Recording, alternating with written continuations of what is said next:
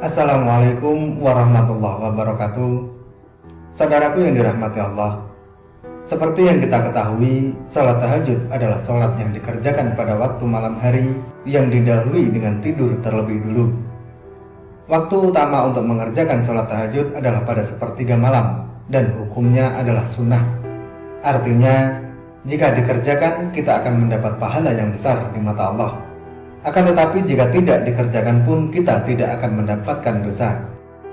Selain sebagai ibadah tambahan supaya doa kita lebih cepat dikabulkan oleh Allah, salat tahajud juga mempunyai keutamaan tersembunyi yang sangat besar bagi umat muslim yang mau menjalankan. Di antaranya adalah rezeki yang berlimpah, keharmonisan rumah tangga, ketentraman dalam hidup, mampu menjaga kesehatan tubuh, dan lain sebagainya. Akan tetapi, ada beberapa hal yang perlu dihindari ketika kita mengerjakan sholat tahajud, yakni merasa bangga dengan diri sendiri atau bisa dikatakan riya dengan apa yang saudaraku dapat dari Allah tanpa mempedulikan sekitar. Apabila seperti itu yang ada dalam benak saudaraku semuanya, itulah orang-orang yang ahli tahajud akan tetapi rugi di mata Allah. Ada satu kisah menarik yang mungkin bisa menjadi pelajaran untuk kita saat mengerjakan sholat tahajud. Pada masa Rasulullah, ada seorang ahli ibadah tahajud yang bernama Abu bin Hashim. Hampir bertahun-tahun, Abu bin Hashim tak pernah absen melakukan sholat tahajud. Pada suatu ketika, saat hendak mengambil air wudhu untuk mengerjakan sholat tahajud, Abu bin Hashim dikagetkan oleh keberadaan sosok makhluk yang sedang duduk di bibir sumurnya. Abu bin Hashim bertanya, "Wahai hamba Allah, siapakah engkau?" Sambil tersenyum, sosok itu berkata, "Aku adalah malaikat utusan Allah." Mendengar jawaban tersebut, Abu bin Hashim kaget sekaligus bangga karena kedatangan tamu malaikat Allah. Abu bin Hashim lantas bertanya, "Apa yang sedang kamu lakukan di sini?"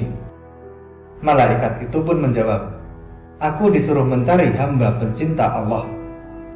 Melihat malaikat itu memegang kitab tebal, Abu bin Hashim lalu bertanya, "Wahai malaikat, buku apakah yang kau bawa itu?" Malaikat itu pun menjawab, "Ini adalah kumpulan nama hamba-hamba pecinta Allah."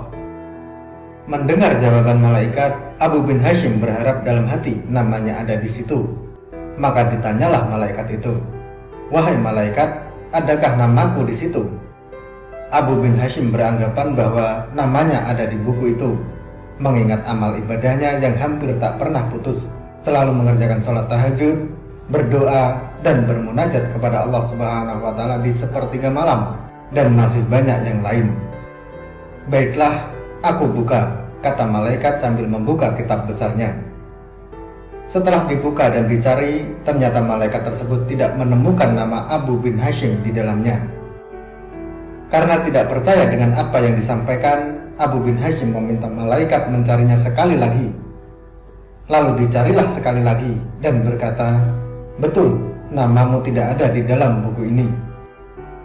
Mendengar namanya tidak ada dalam buku catatan yang dibawa malaikat tersebut, Abu bin Hashim pun gemetar dan jatuh tersungkur di depan malaikat. Beliau menangis sejadi-jadinya sambil berkata, "Rugi sekali diriku yang selalu tegak berdiri di setiap malam dalam tahajud dan bermunajat, tetapi namaku tidak masuk dalam golongan para hamba pecinta Allah." Melihat hal tersebut, malaikat itu pun berkata, "Wahai Abu bin Hashim, bukan aku tidak tahu engkau bangun setiap malam ketika yang lain sedang tidur. Bukan aku tidak tahu engkau mengambil air wudhu dan kedinginan pada saat orang lain terlelap dalam buaian malam. Tapi ketahuilah, tanganku dilarang Allah untuk menulis namamu." Karena kaget dengan jawaban malaikat, Abu bin Hashim pun berkata, "Apakah gerangan yang menjadi penyebabnya?" Malaikat itu pun menjawab, "Engkau memang bermunajat kepada Allah, tapi engkau pamerkan dengan rasa bangga kemana-mana dan asyik beribadah memikirkan dirimu sendiri. Sedang di kanan kirimu ada orang sakit dan kelaparan, tapi engkau tidak menengok dan memberinya makan.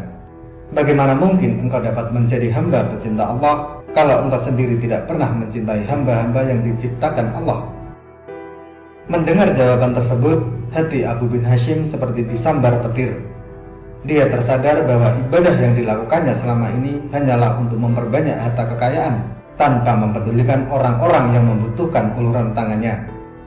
Semenjak kejadian itu, dalam sholatnya Abu bin Hashim selalu meminta ampun kepada Allah dan mulai menyadari bahwa manusia diciptakan Allah memang untuk beribadah kepadanya. Akan tetapi, selain daripada itu juga untuk membantu sesama yang sedang membutuhkan bantuan. Saudaraku yang dirahmati Allah, dari kisah tersebut dapat kita ambil pelajaran bahwa Allah menciptakan manusia supaya bisa saling menjaga silaturahmi dan saling berbagi di saat orang lain sedang membutuhkan. Boleh-boleh saja kita berdoa meminta dilancarkan rezeki dan diperbanyak harta kekayaan kita. Akan tetapi ingatlah, apabila Allah sudah mengabulkan doa kita, sebaiknya kita juga tak lupa untuk menyisihkan sedikit dari harta yang kita dapat untuk membantu mereka yang sedang kesusahan. Karena dengan menyadari hal tersebut, rasa syukur kita kepada Allah akan semakin bertambah.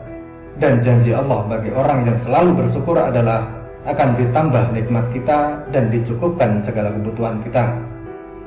Semoga dari kisah ini kita bisa menjadi manusia yang selalu menjaga silaturahmi dan selalu bersyukur atas apa yang Allah berikan kepada kita. Wallahu a'lam bishawab. Semoga materi ini bermanfaat. Sampai ketemu pada materi berikutnya. Dan wassalamualaikum warahmatullahi wabarakatuh.